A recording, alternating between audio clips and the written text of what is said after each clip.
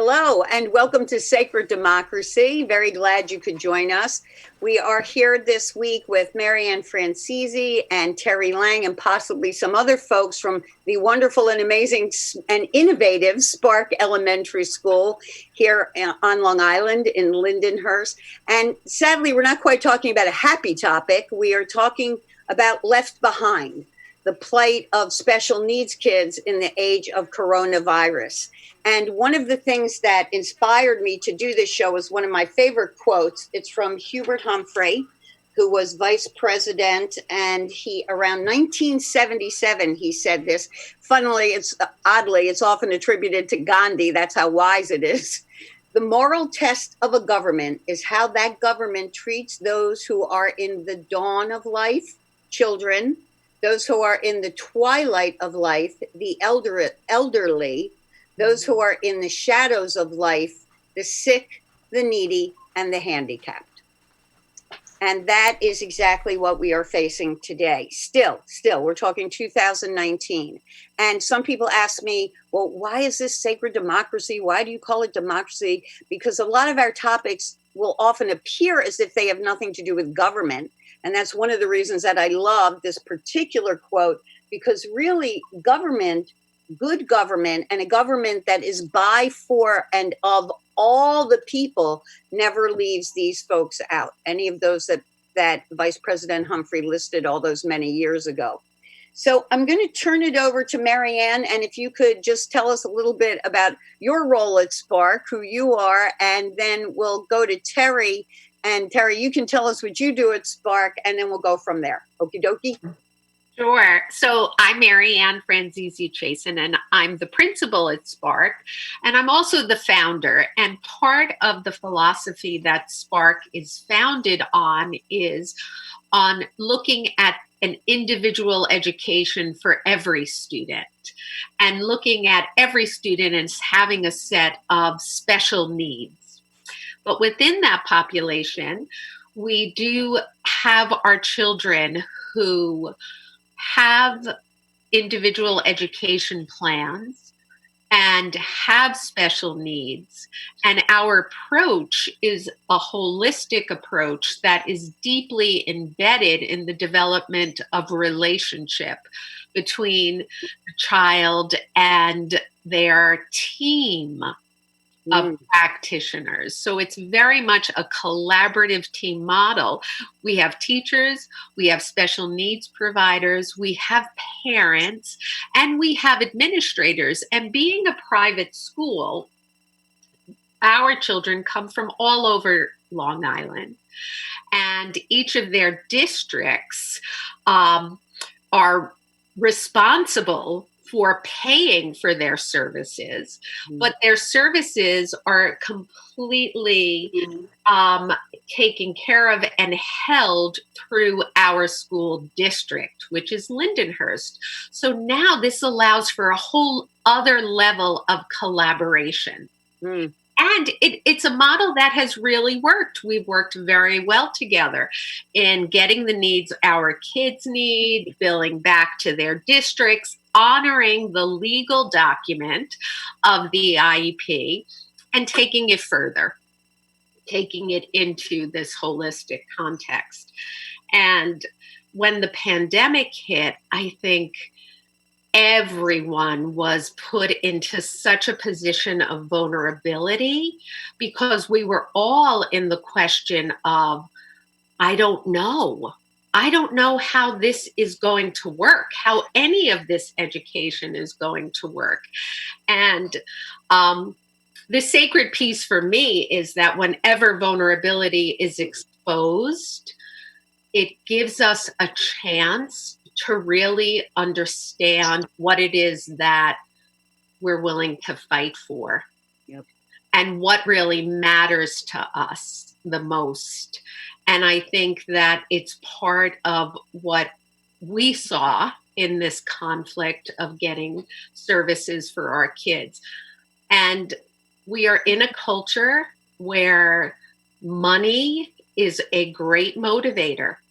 And I think a big piece of what's gotten our world in trouble is greed. And I don't think this process of special ed services is exempt from the impact of money and who pays for services and where money can be saved. So we can go into that in more detail, but on the whole, this was this moment of how are we going to take care of our most vulnerable students? We don't know. And then what guides you from there? Where is your inner compass set on? Is it set on the heart of the child? Is it set on saving money?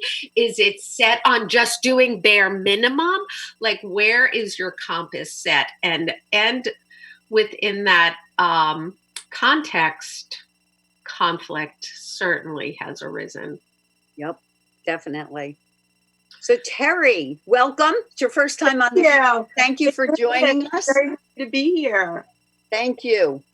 Sure. So what's your take on all of this? And tell us what you do at Spark, too. So firstly, at Spark, I am a licensed and certified speech language pathologist and a member of the service team of providers for special education. And as such, my specific role is to help the kids develop and utilize their communication skills.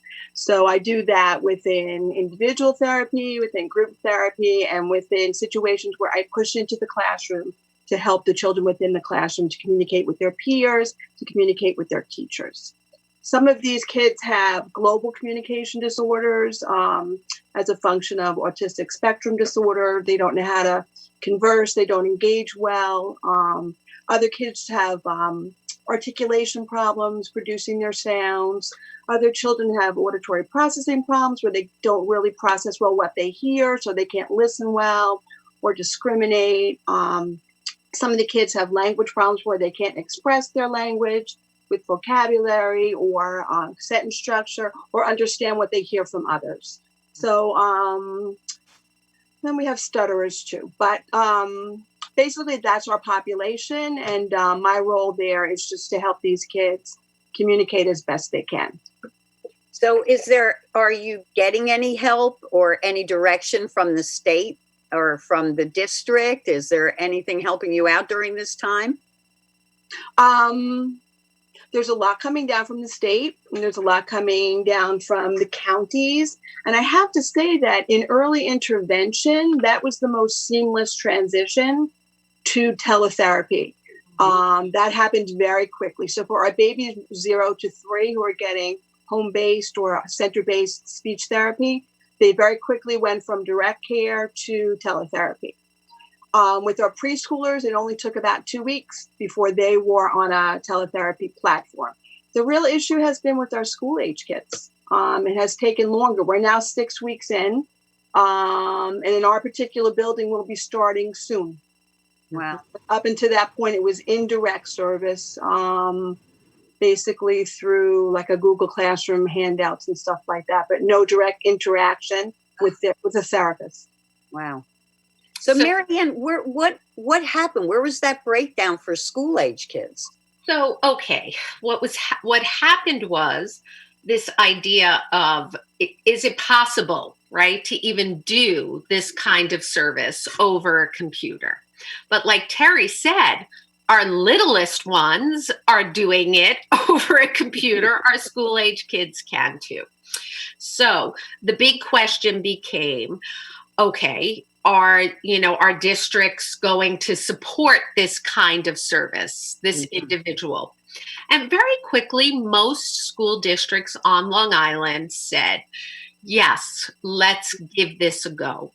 What happened with our school district, now this, it does not make sense. If you're coming from a common sense platform, our school district said to us, the students will not be getting teleservices because the state is not requiring it yet. This happened in the beginning.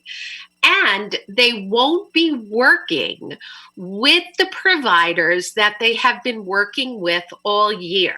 We are not going to contract with that agency. So, okay, this to me was insanity. Our kids have been plucked out of their world. All of our kids. And Right. elementary school kids, it's like the school is their garden and they're these little sprouts, right? So they're plucked out, put in their home. And now you're saying, we're taking away your gardeners too. So Wow. the usual teachers that take care of you and know exactly how to tend to this very delicate set of needs that you have, academic, social, and emotional, you no longer have their face. You no longer have their voice. You no longer have any of their approaches. I didn't care if my kids made 1 ounce of progress academically, because Right. I knew if they're seeing their providers, they are going to be infused with a certain immunity to the crisis. Like, oh, we're safe. They're still our people. We're still making the same jokes. Right. We're still having the same struggles behaviorally. This is familiar. But our school district said no. So this, made my blood boil because it was just very, very unfair. And as I pushed for it, it created more of a pushback, right? So we're in this kind of push situation. Now, the beautiful thing about Spark is our providers really are a team that was cultivated over the 9 years. This is not a new team. They are very invested in our kids. And so we started to meet about this problem, about the kids. What do we do?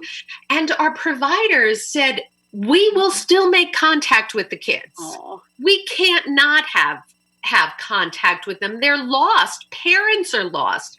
Meanwhile, parents are getting packets of paperwork, of printouts that say, do this with your child. Parents are overwhelmed. What? I'm not a speech pathologist. I'm not a resource room teacher. How do we do this? So parents are starting to get stirred up. And it's, again, coming from a basis of time is passing.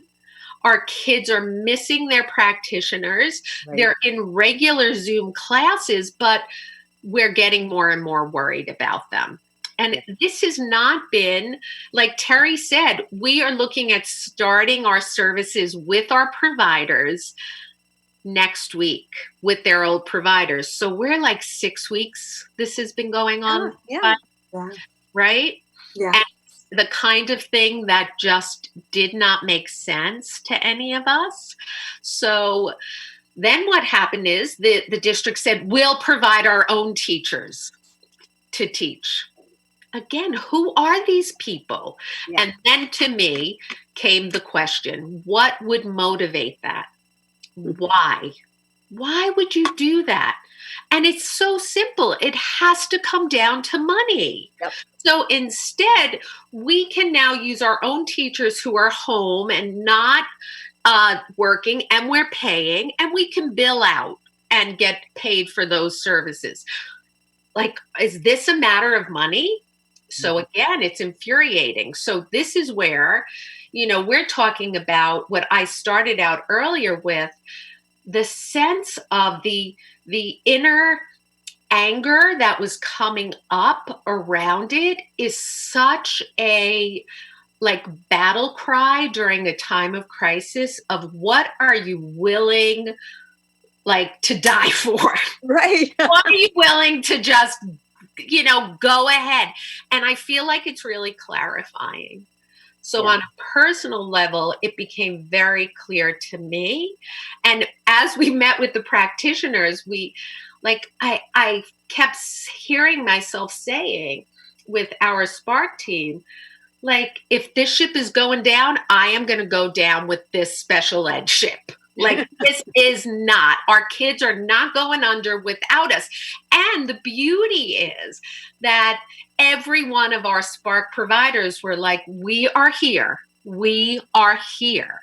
in spite of not getting paid, not getting unemployment. These are independent contractors, talk about at risk, Yep. who are completely not taking care of either in all of this, but their heart is committed to the children they serve.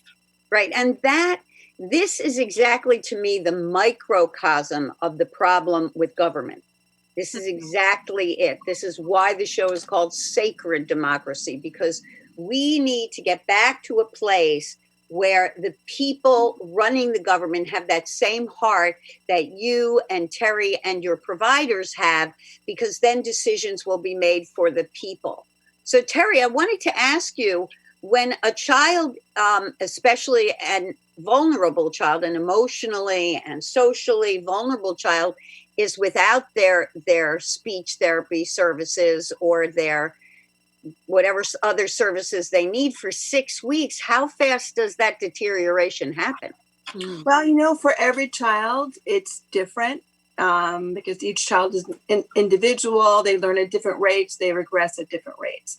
So there's no one size fits all response to that. But for certain kids with certain kinds of communication disorders, there's more of a risk of regression. So, for example, our kids who have articulation problems or motor speech problems, where they can't really use the musculature well to speak, they're not getting that motor practice. So you can pretty much count on the fact that they're going to regress in terms of their articulation.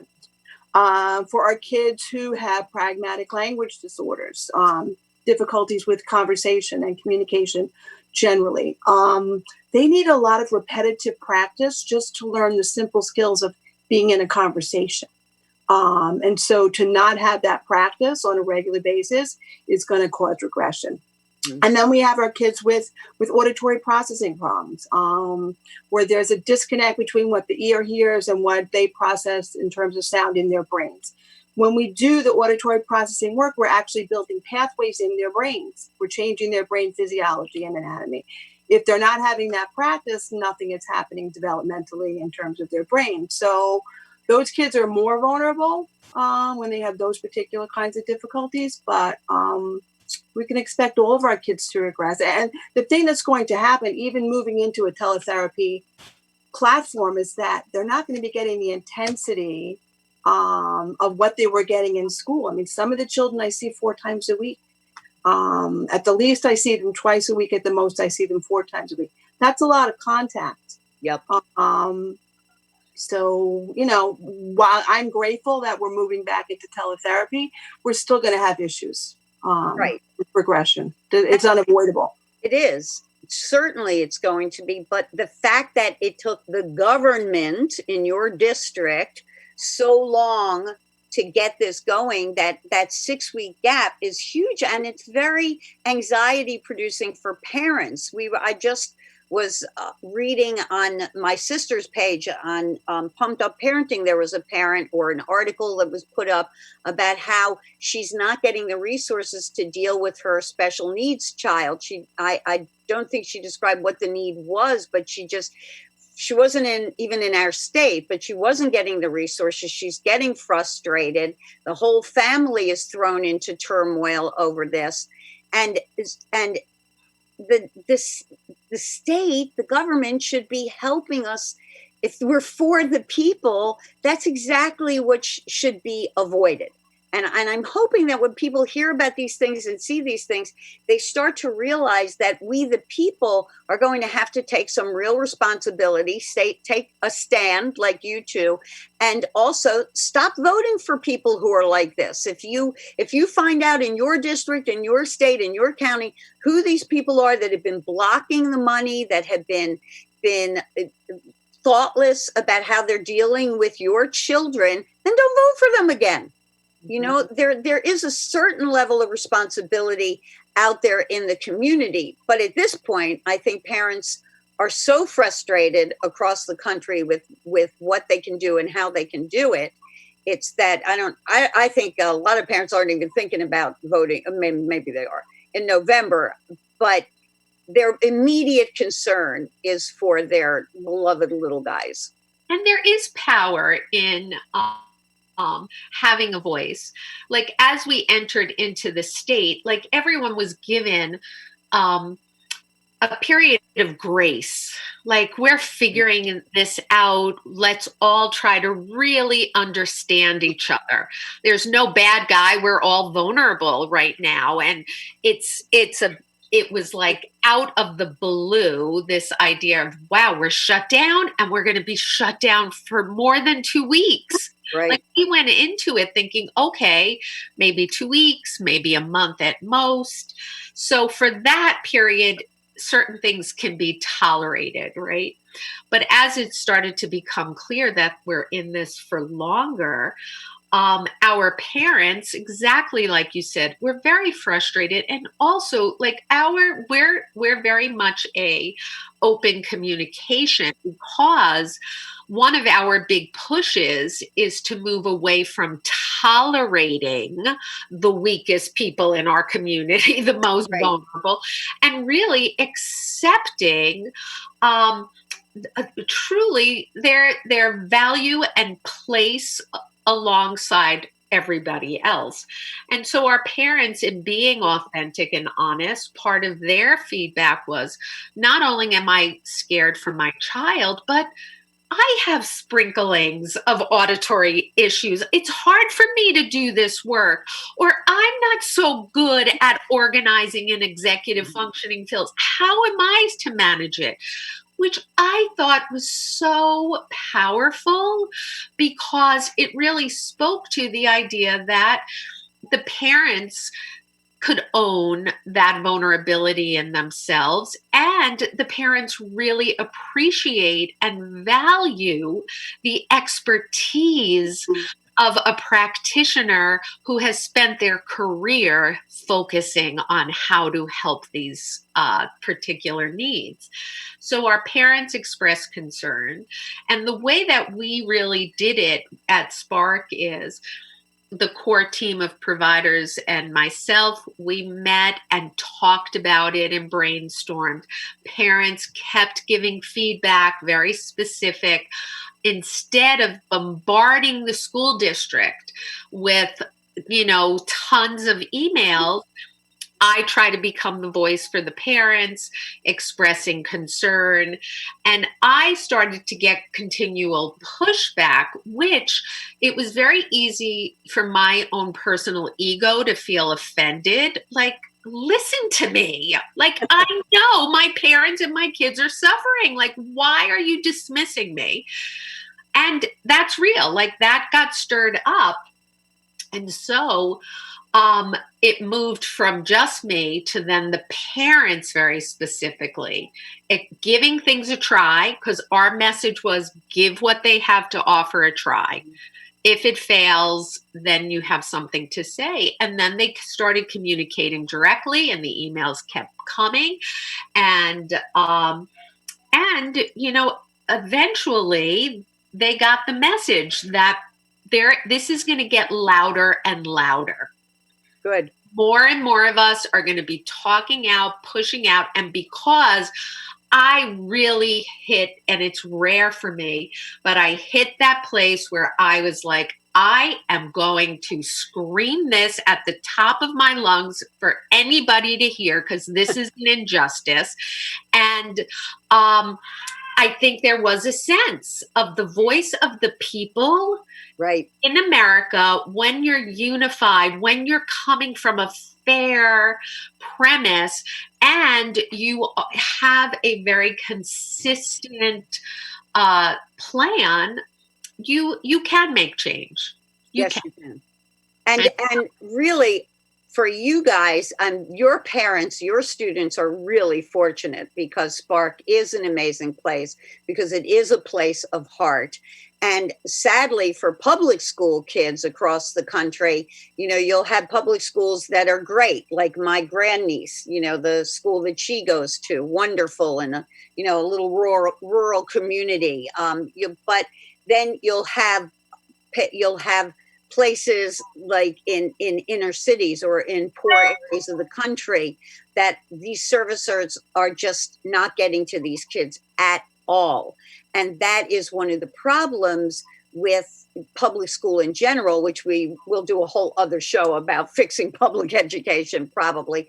But that's where my heart really goes out, is that these parents, especially in the less fortunate communities, just don't even have resources like this. And sadly, because we fund public school through property tax, often the teachers that are teaching there are making so much less money, and they don't have the resources. They're already spending money when they're in school to get their kids who are poor what they need. And they don't have the resources to fight. And even if they do fight, very often in these communities, nobody's listening to them. Mhm. You know, it's really, there really is such disparity across the country. And you know me, I'm not in favor of a national core curriculum. I'm not in favor of that concept. And even Bill Gates finally, after pushing and pushing for it a few weeks ago, admitted it was a mistake. So I'm not in favor of a curriculum where everybody has to learn the same thing at the same time in the same way. But I am in favor of every single child in our country getting an equal education, and an education that is designed for them as an individual, that draws out, as the Haudenosaunee say, as all Native American people say, that draws out the gift inside of each child so that they can become the wonderful contributor to the community that they will become. Yeah, that's beautiful. And I think that's part of the focus on education right now, is looking at those children who fall through the cracks, who have very individualized needs, but they don't have the IEP to protect them. Right? The fight for the rights of the Disability Act, that was a nightmare of a fight. And it continues to be a fight because of the lack of recognition of just the importance of protection there. But those kids who fall through the cracks, who don't have an IEP to protect them, they're particularly vulnerable. Our kids who aren't reading, right? Who are getting services, but it's not defined in an IEP. They're not getting any of that specialized services. Our dyslexic students are really not being serviced. Now, I know for us at Spark, we have Rosalie, who's our reading specialist. She's getting on and doing the Orton Gillingham, and it is hard as hell. It is really hard to teach it over this kind of screen. Mm-hmm. But the effort of going the extra mile and doing it has to be made. Or the kid whose school is their safe space, where there's, at home, they're either alone, or maybe they're getting hit, or like school becomes their escape and their place of safety. Right. What's happening to those kids? So school is really a very powerful community center. But what I'm really taking from it, I don't know about you, Terry, what you think, but one of my big takeaways is that you cannot remove this idea of love from what we call schools, because even in those little videos that go viral, it's about the teachers going the extra mile. Yeah. Driving past kids' houses, making videos for their kids. So this is really about holding the children in a space where they feel loved. And part of feeling loved is, I recognize that you need something from us, and we're going to provide that for you in a safe way. Right? Absolutely, Mary. And when I think of, in terms of one of the models that we use for teaching, that developmental, individualized relationship model, how the relationship drives the learning. So the connection with the provider, whether it's a teacher or an occupational therapist, special education provider, speech pathologist, whatever, it's that connection and bond between the child that can become the big motivator and driver of learning. So when you take that away, good luck. Good luck. I mean, it's not only bad in terms of the children regressing in terms of specific skills, but it's not healthy emotionally. No. And I'm so glad you brought that up, Terry, and even to speak to it a little bit more if you can. It is a scientifically proven model. This isn't just like, okay, we love our kids. It is an actual model that talks about the power of the connection and the ability for that to really build the brain pathways, right, Tara? Right. Absolutely. In every modality. And so when a school offers help, and maybe the best they can do is send home some Google Classroom assignments, the piece that's missing there is the relationship. So even if you have a schedule of activities that you can do, there's not that special person there in the child's life making the connection and working through those skills with the child. And again, like Marianne said, it's scientifically proven work. Relationships drive learning. Exactly. So Amalia Drews, your wonderful art teacher, sent something before she couldn't join us today, but ahead of time, she sent me a message about this was her biggest concern. Like, what is going to happen to these kids who are so dependent on this face-to-face personal relationship that they have with their providers, with their teachers, with their aides, with, what happens to regain their trust once they are back in the classroom? Mm-hmm. It's going to take time. Yeah. But I think, being able to do something directly where the kids are seeing us and hearing us is the next best thing, to keeping it going until we're back in our schools again. And that's what makes it so important to have the providers, the teacher. I know out here in Suffolk County, we have a friend who teaches for one of the districts here on the East End, and he's getting he's a regular public school teacher. He is getting no support from his district for anything. He's on with his kids 2 to 3 times a week for an hour and a half. And he misses them, but they're not even getting help in terms of much, content. They have like a little bit of help. And then there's all the parents are trying to get content, so it's a struggle. It's a real struggle, and it's district by district. It is. And I think the point that Amalia is making, which I really didn't think about that as concretely, but in a child's mind, right, they don't get all the behind the scenes politicking that's going on. Right. All they know is Miss Teresa disappeared. Right. Like, what happened to her? Like, so there is that sense of abandonment of like people are just disappearing. Oh, yeah. And what is that kind of effect on the trust that is built within community? This is going to be difficult. It is. I think it's going to open up a whole other set of special needs. And I do think that, again, these fall through the crack kids who are a little bit anxious, who are sensitive, the return to school will also be a very difficult transition because schools will not look the same when we return.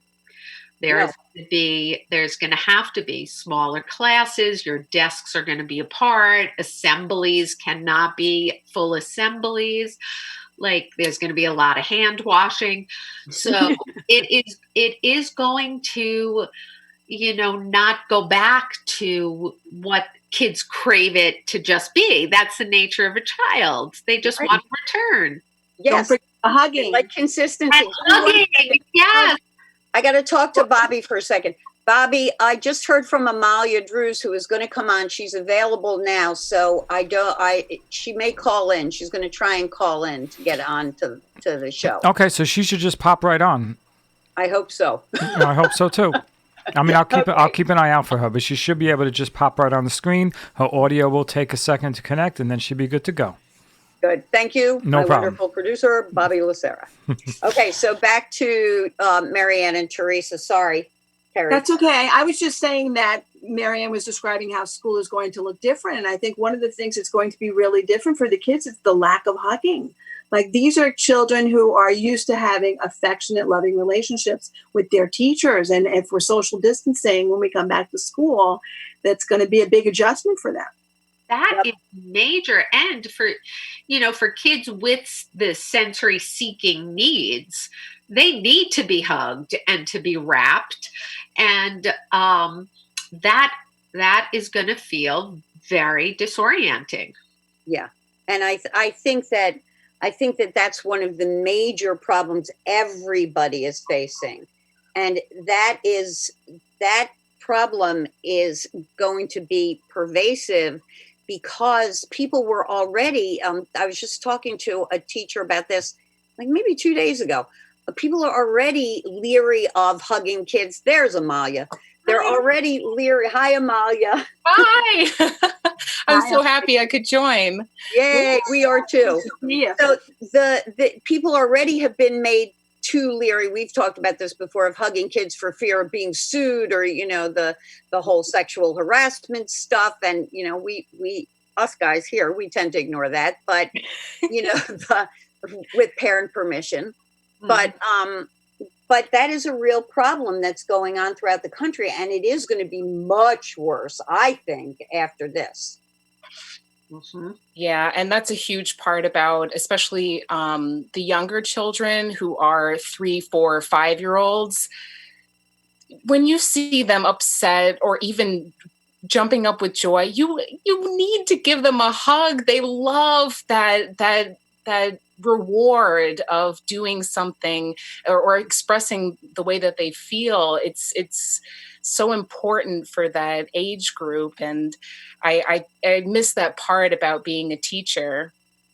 Yeah. Well, and Amalia, you work with our youngest children, and so that's it, like, going to be pretty much an impossibility to keep our 3-year-olds from social distance. Like, yeah, they're always right on top of each other. That's this, and it's so much the nature of school in the early childhood realm is navigating and building those social bonds of friendship. It's the first friends, and so. I envision you all being tackled the first day.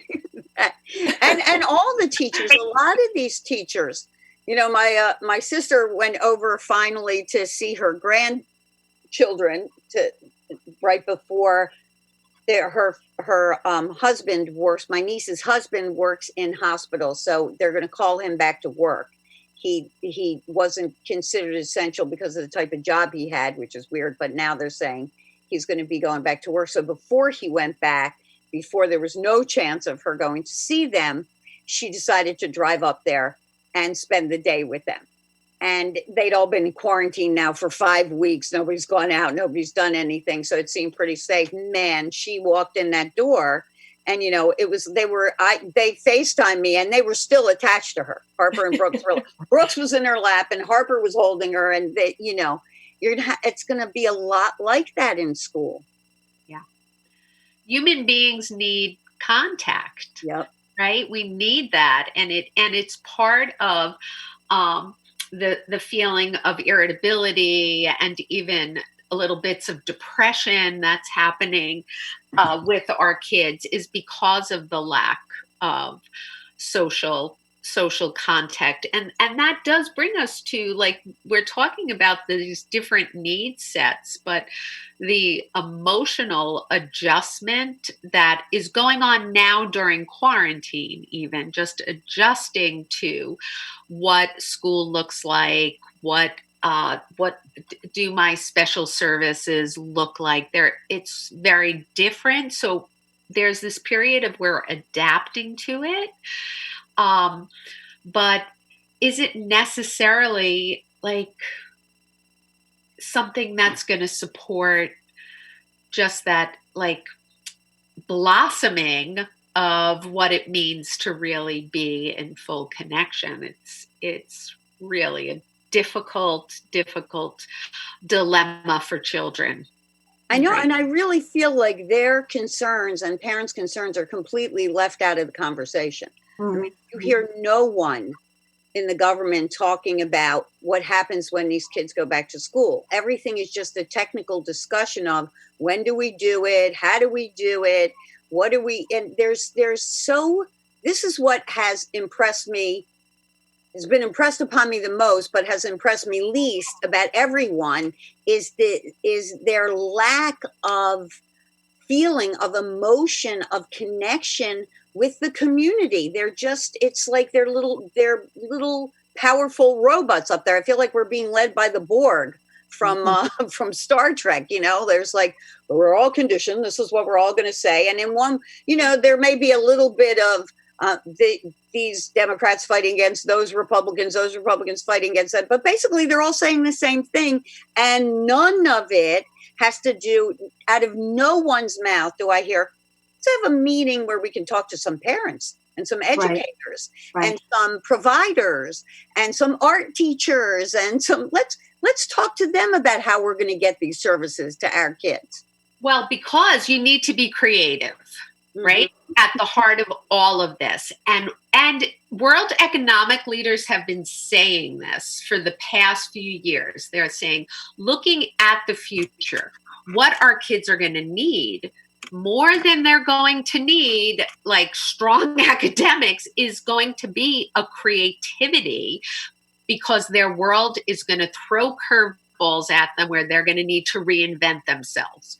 Basically, because we're going into a technological revolution where changes are going to be happening so quickly. So the support of the creative mind, even in working with this. So once our team of special needs providers got the go ahead, we're going to do this, they started brainstorming around, how do we make this multisensory? Like, I cannot touch you, but they're thinking out of the box. How do we make this multisensory? And the work, like having Amalia here is great to have you here, because the way that the kids are producing art, which is a strong piece in our curriculum, is like just at a very accelerated rate, because that is something that you do in confinement. I don't know, Amalia, if you could speak to maybe even the folk art process that you did, because I just thought that is exactly what folk art is meant to, bring out. Well, when this first happened, as an art teacher, I'm thinking, how am I going to teach art through a screen when, the kids are always mesmerized when I bring paint out and I start to move it around, or I bring chalk pastels and they get their hands dirty, I can't say to the parents, go to the store and buy this material for your child to use. So my first instinct is, what can they use at home? So that was one of the first art projects that we did with my pre-K, kindergarten, and first grade classes was folk art. Use what you have at home. Use plastic bottles, tape, old wrapping paper, old T-shirts, old calendars that, was from last year. And what the kids produced was unbelievable. I was just amazed at what they could do with the help of their family too, because then you kind of get the culture of their family, which is really another huge aspect of folk art, is the culture that inspires the art. And I just see a lot of kids thriving. But it is a challenge as a teacher to think of projects that these kids are going to be really interested in. And for me, that sense of touch is really, really important. And I really fear that everybody, not just kids, are going to be scared to hug other people or even just pat someone on the back, or shake someone's hand. And so the last assignment that I had, we kind of talked about earthworms. And I said, one of the ways that you can see earthworms is by going outside in the rain and kind of getting your hands dirty, get them, and I'm trying to give them projects where they're trying to feel things that are alive. Even if it's not a human being, you can touch an earthworm and get a new sensation from that feeling. Oh, wonderful. And it's so connected back to basic, right? That basic, using nature, using what's in your house, because the push right now is to just start looking at and there are amazing virtual teaching tools, right? Yeah. But our dependence on the virtual teaching tools, as we'll just figure out different programs that are out there that can do it, versus really thinking about how can we think outside the box a little bit. And I think we are seeing it. Like, there are things out there where people are being creative in connection and finding ways, because it's the human drive. Right. And it's like moving out of survival, which I think is where what you were talking about, Maddi, that kind of bureaucratic thinking of what do we need to do, to how can we be creative. And that's sacred. That is the piece that is missing from government, is that when you are thinking about the creative, when you are thinking about the resource, your people's resources based on their creativity, based on their ability to connect in whatever way you're talking about, for whatever reason, whatever problem you have to solve. If the motivation is always for the child or for the old person, if the motivation, like you said earlier, is about the person who's receiving the services, the people who are providing the services. If your motivation is, how do we make this the best situation for these people who are in the circle of this relationship, this unique relationship, how do we make this the best situation for them? Then you're looking at a very different type of solution, the kind of solution that you guys are talking about, without too much help from the government.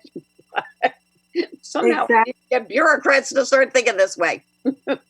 Because, the bottom line is we're here to serve children and families. So when we're doing this work, we really have to figure out what is the best way we can serve the needs of the family and the children. Right. Not necessarily the cheapest always, but what serves them, their growth, their development, their healthy, their health, their well-being, so on and so forth. And one of the observations I made in keeping touch with my families was that these parents are so stressed by all this teleeducation. They're overwhelmed.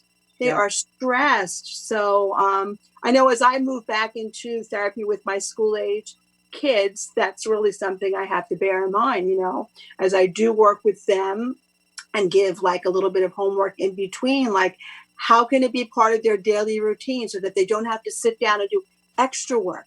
How do we incorporate that communication practice into mealtime, into arts and crafts, into errands, into chores, those kinds of things, so that we're taking the stress off families rather than adding to their stress. Right, exactly. A lot of the parents. Let me tell you what my what is he, a nephew-in-law did. I love this. This is one of my favorite things. I think I told Amalia yesterday when we were on the phone. So my grandniece, I think she likes math. I'm not really sure, but all I know is that Chris's way of teaching her was he taught her blackjack. He taught her how to play blackjack. Now that's creative. I know. Now that's creative, right? That's thinking outside of the box. And what a great dad thing. I was hysterical. And then we'll probably go on to teach her poker. But I mean, you are going to learn math and you're going to play with your dad or your mom or your whole family. It's kind of fun. And so I'm sharing that with you parents out there. Go teach your kids blackjack, but without the betting, maybe. But that could be, for every parent, they can find a way to still support their children and teach their children that's fun for them too. Like if your mom likes to garden, go outside, count the flowers. There's an Right. approach to every child, and who knows their child better than their parents. So this is an amazing opportunity for parents to really connect with their child on such a educational level. It's really Right. cool. And I The word, like the idea of service, right? Which our politicians are supposed to be in service. service. People. But service is a very humbled role, right? It's really for the benefit. It is a covenant in a way to do no harm, to really bring something better. And within that it's very connected to both art and to speech therapy, is the idea of listening, right? And that's what you were talking about, Maddi, when you said, why aren't they listening to the parents? Like Terry did not get a direct message saying, I'm stressed. She was listening to just the feel of what her parents were going through. Amalia didn't get an email saying, I'm not going out and buying or, ordering pastels. She listened, she felt it. And it is through that kind of listening that we can be in service. Yep. It's like, it's not just about our ideas. In developing Spark's online Zoom program, we did not know how this would go. And there are plenty of glitches in it. And our parents speak to us and we listen and we try to adapt. And I think it's why I was so offended by our school districts when they wouldn't listen to me. I'm like, how are you not listening to me? I'm representing our people. And because then it no longer feels like you're actually in service. It sounds like you're a big freaking phony about being in service. And that is it. And you just have your own agenda that you want to push down our throats regardless. And that's where this division starts to happen. Right. I felt it. I'm like, you're drawing a line here and we're no longer on the same side. Like we're in the same circle. We're supporting the same kids. But I really saw that is where division happens. Exactly. And that is the problem. That is the exact problem is Teresa, you have to teach us all how to listen. Right. We'll have another Zoom class for that another day. Just listening. With your whole body. When you said whole body listening. Body listening. Carrie, I also had a similar reaction when you said being in service. It was like, yeah, you're right. That's how, as teachers being at home, we still feel like we have a purpose in life. And also, this is the first time teaching where I feel like we're in service of the parents, really. Oh, absolutely. Yeah. For the first time, I am more connected with these parents than anything. And I agree. I get a lot of great feedback when I just say, this is for fun. You don't need to get this done overnight. You don't need to have it complete by this time, and just to give this parents a little bit more freedom to enjoy doing these things with their children without any pressure. Right. And partnering with the parents in support of them educating their kids. And that really is the model for early intervention. When we go into homes for early intervention, it's embedded coaching.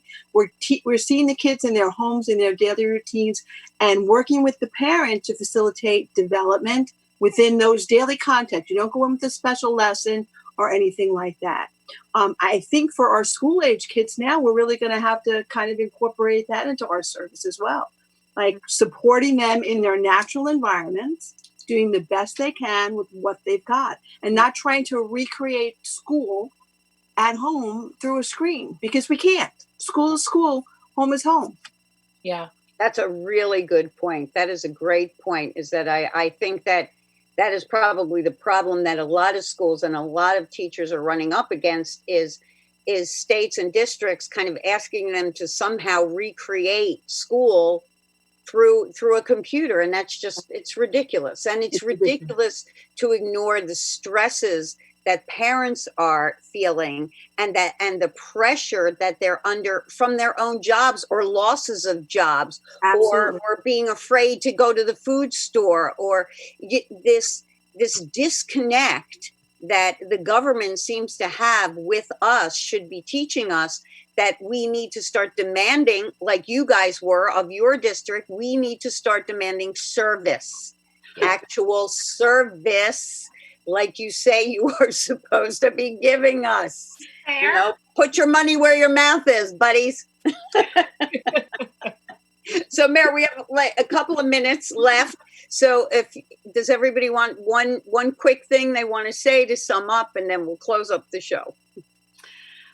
So, like all things, right? For me, all adversity, there's such gratitude in just getting to see like the truth of who people are. And part of the beauty of this is like what I see in our staff through this crisis just has been so beautiful. We're an all women's staff, except for Mr. L, our recess teacher. But women, like this group of women who are devoted servants to like the betterment of children has like just been gorgeous to watch. So such good medicine for me. Such that divine feminine coming through, right? And the power. And power. Yeah, well, like, because it is power. It's real power. So. It's a, you know, the divine feminine isn't like la da da da da da da. You know, the divine feminine is Mother Earth, Grandmother Moon. You know, Warrior hearts. Yep. Warrior hearts. Warrior heart. Yeah. Beautiful. Yeah. That's beautiful, Terry. Thank you. Anybody else have we got like 2 minutes. Anybody else? Some closing words? Sure. I also think for me as a teacher to be able to see my students' faces and to see what they're working on at home brings so much joy to me. It gets me up, you know, in the morning. It motivates me to keep doing my own projects. So it's like the children are also in service to the teachers and keeping us going. Yes, they are. That's the thing I miss the most with doing the storytelling only on video. Is I'm like, you know, and most of my stories are designed for the kids to interact. So I've had to, a couple of them I've been able to adapt, but you know, it's been really hard without the kids there. And I get off, finish telling a story. I'm like, I miss them. Where'd they go? That's the hardest You part. don't even hear them. Yeah. Yeah. Yeah. And my love goes out to all those children that if they don't receive the amount of love that they really need, that they usually get from school, I send all my prayers to them and in the hopes that they find love wherever they are in their homes. Absolutely. Absolutely. Well, thank you so much, wonderful ladies, wonderful friends, for being on. This was a great discussion, great talk. We'll do it again sometime when we talk about how to fix the public education system and make it more like Spark. That's what we'll do soon. We'll do that discussion soon with all of you. So thank you, everybody, for watching. Thank you, Bobby Lucera. Thank you so much for everybody at Strong Island Radio. Thank you, Bobby, for just keeping this going during this crisis so we could all be here and have fun together and really get some important ideas out to the public. I wish you all, as always, peace, love, and unity. Thank you so much for joining us. See you soon. Love you all. Bye. Love you. Bye.